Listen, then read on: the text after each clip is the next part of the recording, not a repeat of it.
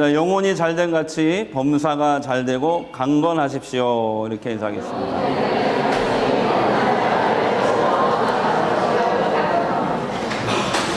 우리나라 속담에 그런 속담이 있죠. 죄는 미워해도 사람은 미워하지 말라 라는 이런 속담이 있는데요. 이 말은 죄는 죄대로 처리하되 죄를 지은 사람은 용서하라는 뜻입니다. 그런데 우리는 보통 이렇게 생각합니다. 나에게 잘못한 사람을 내가 용서하는 것은 그 사람이 나에게 먼저 사과를 해야 내가 용서할 수 있지 않는가, 이렇게 생각을 합니다. 누가복음 17장 3절에도 보면 예수님도 비슷한 말씀하셨어요.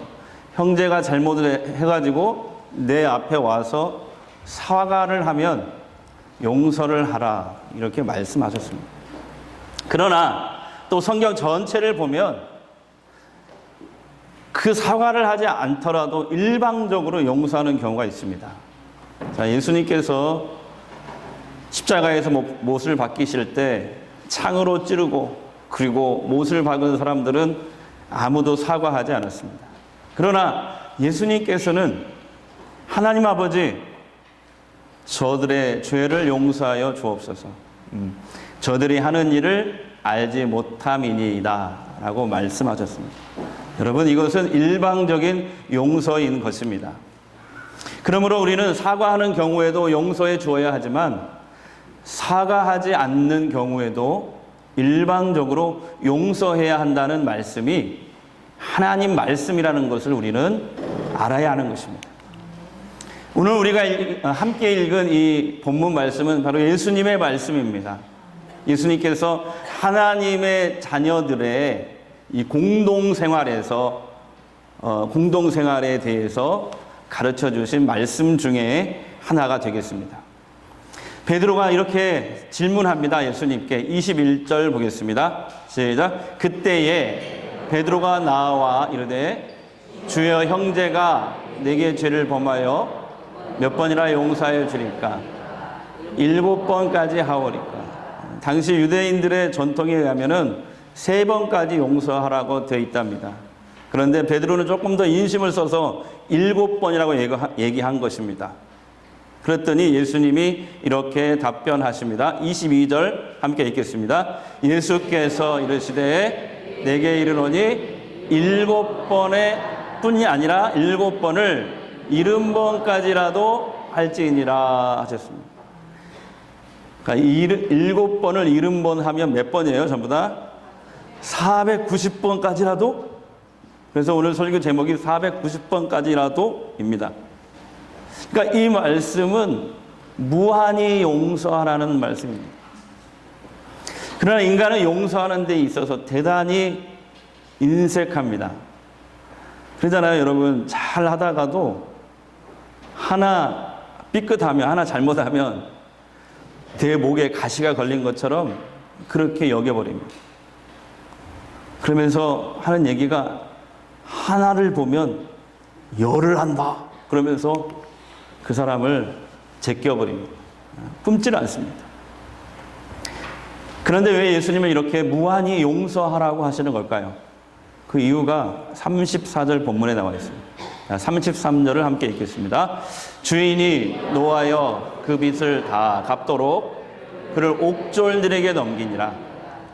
너희가 각각 마음으로부터 형제를 용서하지 아니하면 나의 하늘 아버지께서도 너희에게 이와 같이 하시리라. 아멘. 아멘이 아니라 네, 아멘, 아멘. 제가 웃으라고 일부러 그랬습니다.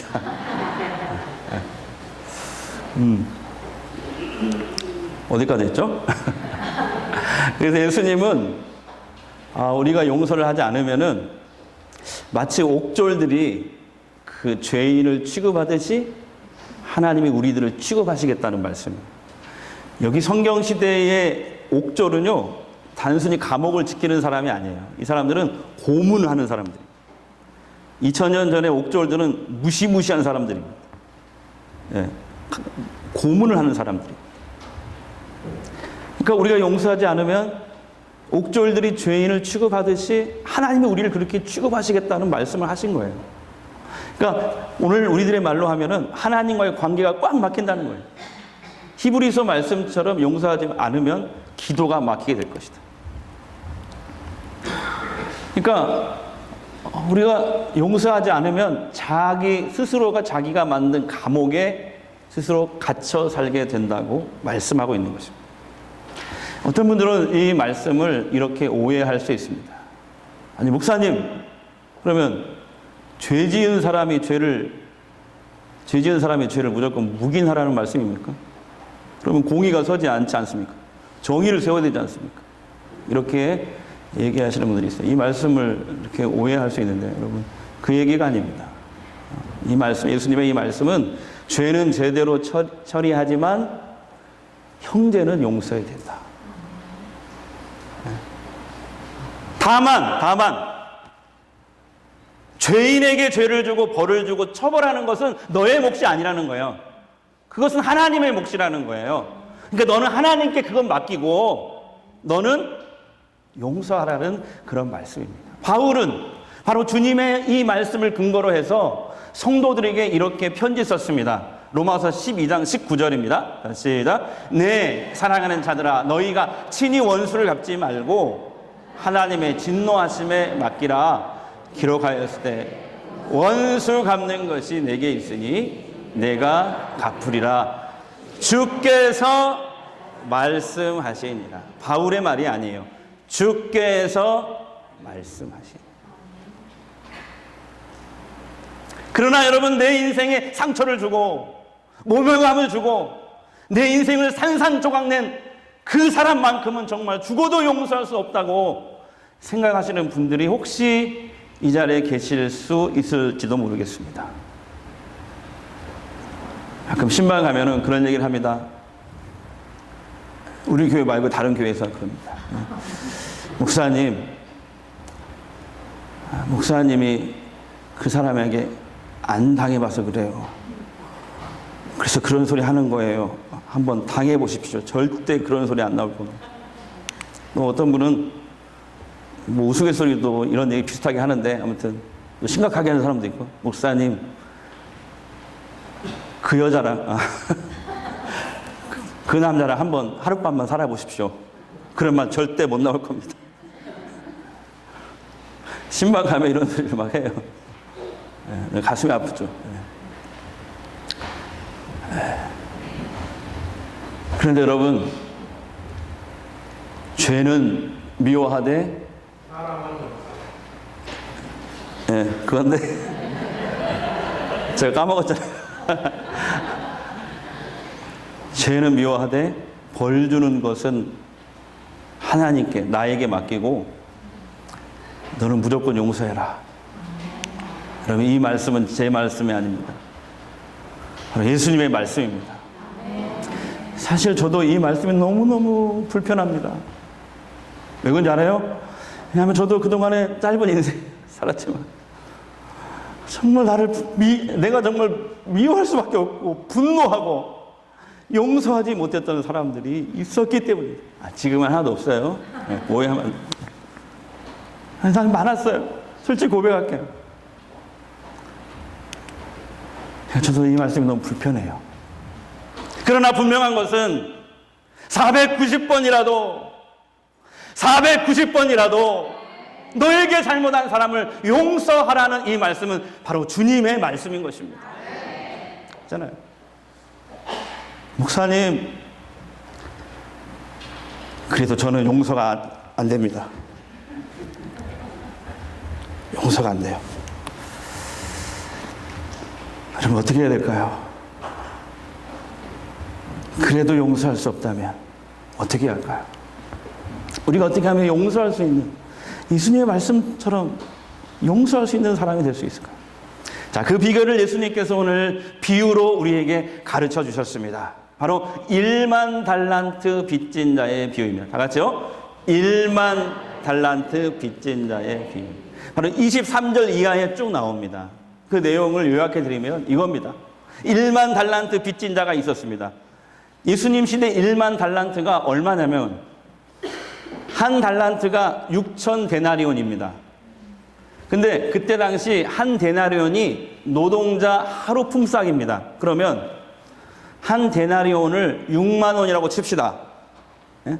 왜냐하면 우리 아들이 알바 가서 6만 원 받거든요, 지금. 그러니까 6만 원이라고 칩시다. 자, 그러면은 1만 달란트는 얼마냐? 제가 어저께 계산기를 두드려 보니까 요즘 돈으로 환산해 보니까 약 3조 6천억 원이 되겠습니다. 안 놀라시는 분이 3분 있었어요. 다시 할게요. 3조 6천억 원입니다. 그러니까 아무리 노력해도 이 돈을 갚을 수가 있다 없다? 없는 것입니다. 그러나 그 종이 제가 다 갚겠습니다 이렇게 얘기하니까 그 주인이 종을 불쌍히 여겨 그를 놓아 보내주며 그 빚을 모두 탕감해 주었다는 말씀이에요. 우리는 오늘 불쌍히 여겨, 다 같이 불쌍히 여겨, 이 말씀에 초점을 맞춰야 돼요. 주인이요, 도저히 빚을 갚을 수 없는 이 빚진 사람을 불쌍히 여겨 전액을 다 탕감해 주는 거예요. 전액이 얼마라고요? 요즘 돈으로 3조 6천억 원입니다. 그런데 여러분, 이 어마어마한 빚을, 이 전액을 탕감받고 정말 큰 은혜를 입은 이 빚진 자는 자기가 받은 은혜를 금방 다 잊어버립니다. 그는 자기가 3조 6천억 원이나 되는 돈을 탕감을 받고 나서 한 짓이 뭐냐면 바로 자기에게 빚을 진, 얼마 빚을 졌냐면 100데나리온. 얼마라고요?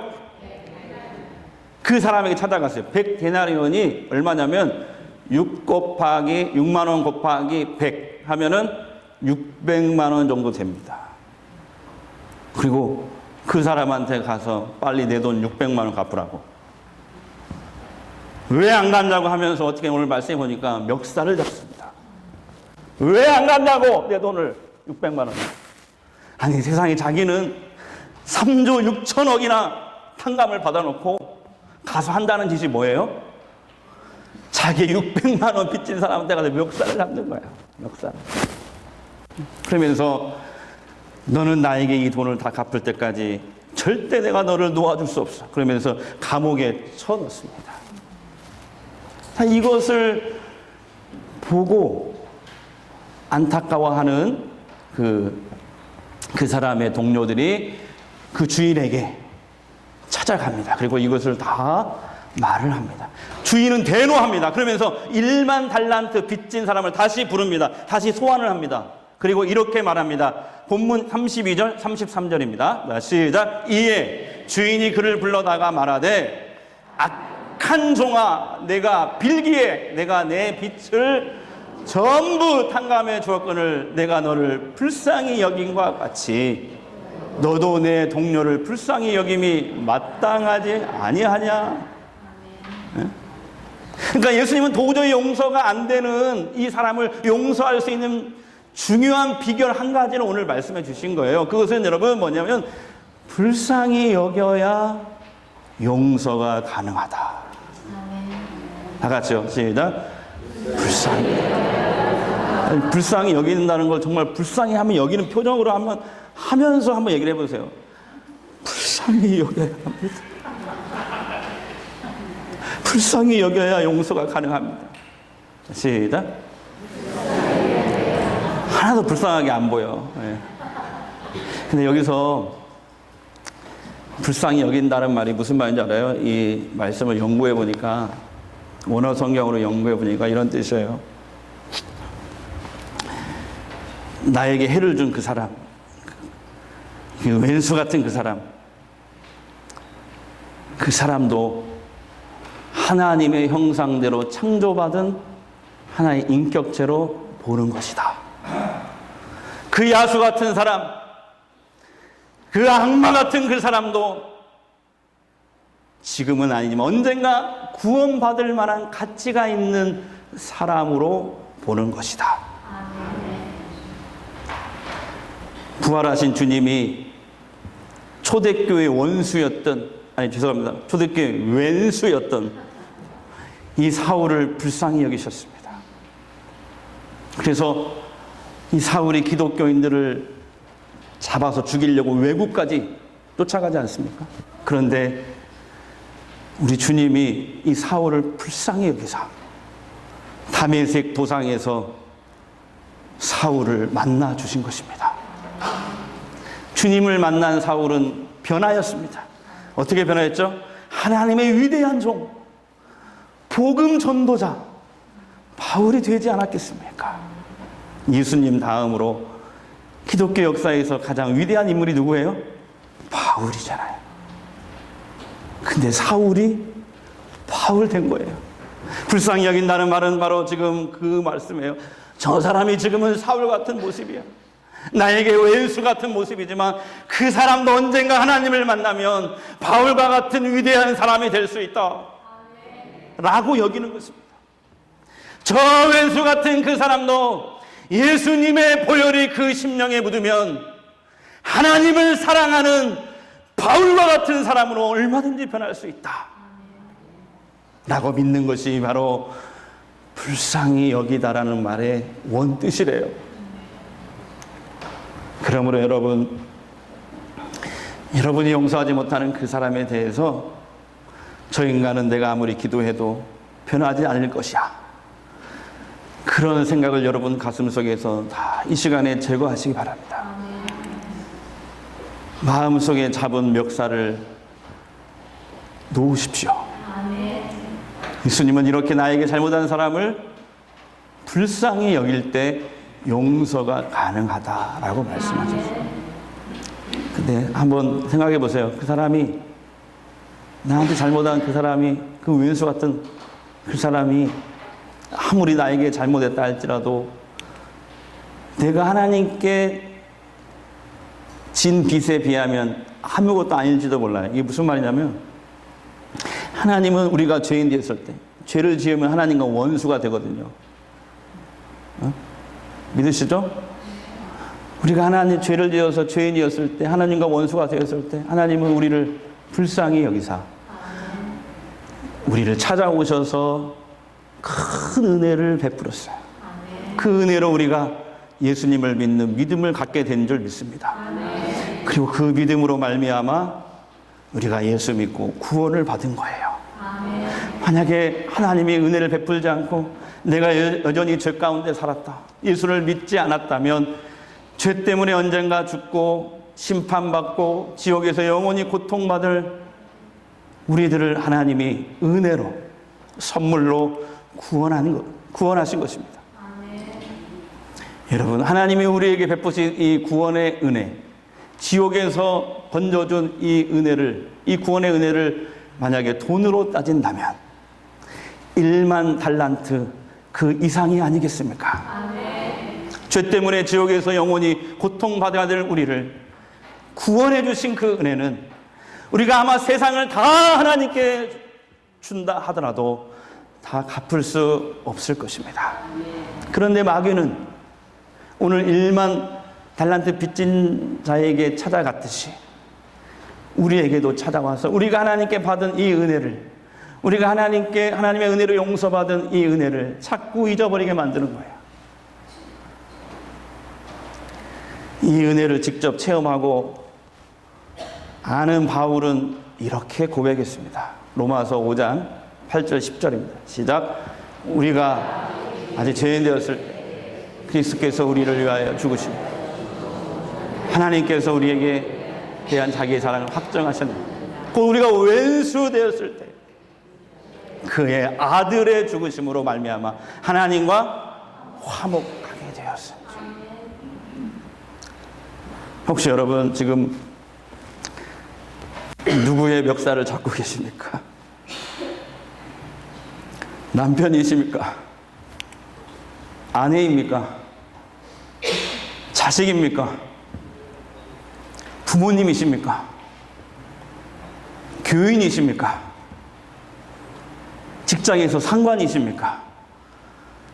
아니면 직장에서 죄송합니다, 4가지 없는 그 직장 부하입니까? 이제 우리가 용서받은 이 하나님의 엄청난 은혜를 생각하며 오늘 말씀에 의지하여 잡은 멱살을 놓아야 여러분이 자유함을 누릴 수 있는 것입니다. 하나님과의 관계가 막히지 않는 거예요. 기도가 막히지 않는 거예요. 목사님, 나에게 해를 주거나 잘못한 그 사람을 이제는 제가 사실은 용서해야겠다고 다짐을 해보거든요.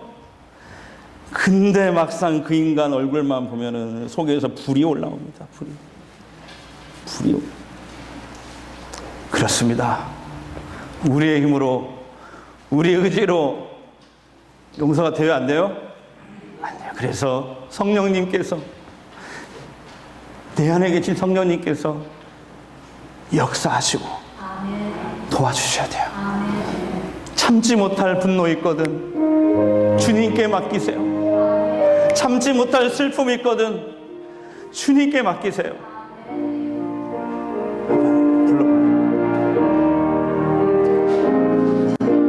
참지 못할 분노 있거든 주님께 맡기세요. 주님께 맡기세요. 참지 못할 슬픔 있거든 주님께 맡기세요. 주님께 맡기세요. 우리 살아갈 길은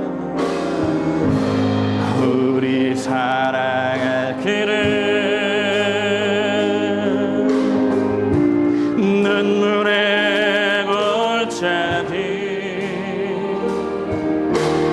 내 힘으로 참지 못해 흐느끼네. 이럴 때 누구 의지해야 되나요? 아멘. 이럴 때 우리 누구 의지하? 주님밖에 없어요. 주님밖에 없어요. 나는 그게 알 순 없지만 주님이 되신가요? 주님이 되신. 이럴 때 우리 누구 하잖아요. 아멘. 이럴 때 우리 누굴 의지하나요? 주님밖에 없어요. 주님밖에 없어요. 나는 크게 할 수 없지만 주님이 되신가요? 주님이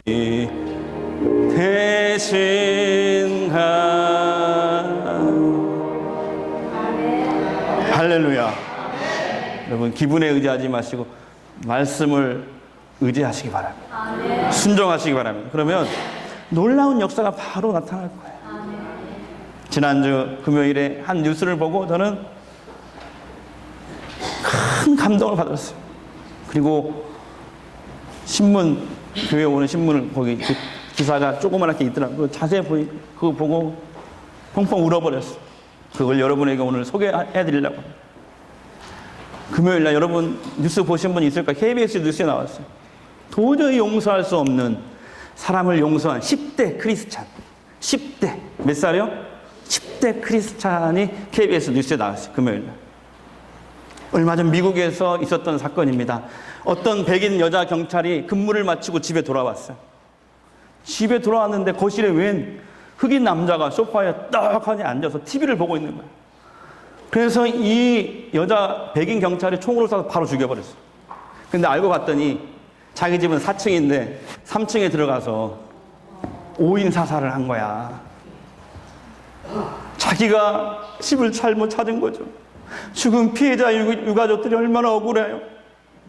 여러분 같으면 용서할 수 있어요, 없어요? 그때는 없어요 이렇게 얘기를 해줘야지. 나 같아도 용서를 못할 것 같아. 그래서 선고를 받는 날 형량이 너무 적게 나와서 10년. 그래서 법정 밖에서 막 사람들이 데모를 하는 거예요. 10년밖에 안 나왔냐? 흑인들이 막 데모를 하는 거예요. 그러나 법정 안에서는 죽은 피해자의 동생 20대 청소년이 재판장 안에서 형을 죽인 여자에게 이렇게 말했습니다. 그걸 여러분에게 소개하려고 하는 그 장면이 뉴스에 나오는데 그 뉴스를 잠시 다시 한번 보도록 하겠습니다. 네, 며칠 전 미국 댈러스에서는 화재의 판결이 있었는데요.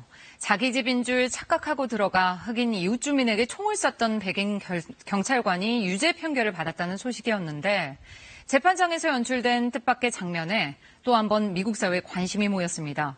어떤 일이 있었는지 최동혁 특파원이 전해드립니다. 이웃 주민을 오인 사살한 전직 경찰관 앰버 가이거에게 법원이 형을 선고합니다. And assess the defendant's punishment at 10 years imprisonment in the Texas Department of Criminal Justice. 예상보다 낮은 형량 선고에 법정 밖에 시민들은 야유를 쏟아냈습니다.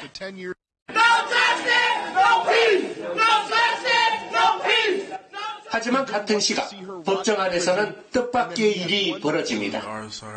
희생자 보탐진의 동생 브렌트 진이 당신을 용서하겠다며 입을 연 겁니다. I can speak for myself. I forgive you.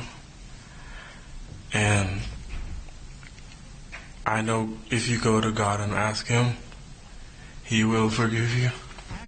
이어 판사에게 가이거를 포옹해도 괜찮겠냐며 묻습니다.